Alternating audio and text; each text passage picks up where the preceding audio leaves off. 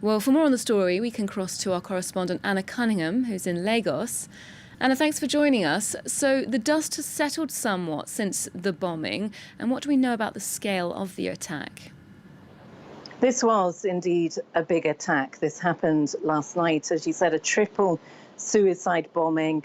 3 bombers, and they attacked outside a hall. Locally, these are called viewing centres. People go to watch football matches.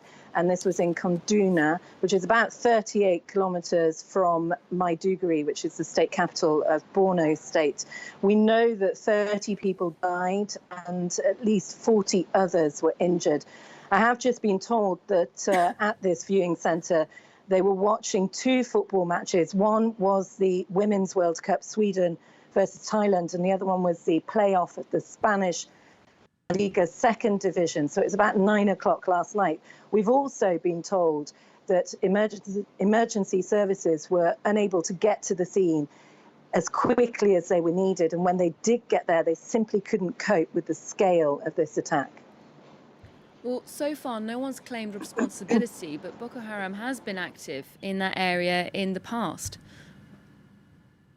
Absolutely. This does bear all the hallmarks of the Abu Bakr Shekau faction of Boko Haram, known to send out people in suicide attacks. The last attack that we saw was 2 female suicide bombers back in April. As you say, no claim of responsibility as yet, but it does have all the hallmarks of Boko Haram. And what about the political climate there at the moment in terms of the Nigerian state? Well, we haven't had any response from the presidency as yet.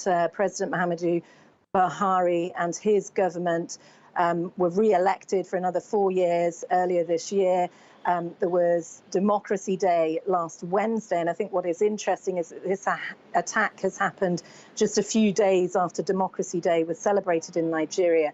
And we have had consistently been told by Buhari's government that Boko Haram has been defeated. Technically defeated has been the word that has been used. But I think the tragic thing really about this is that this insurgency has been going on for 10 years.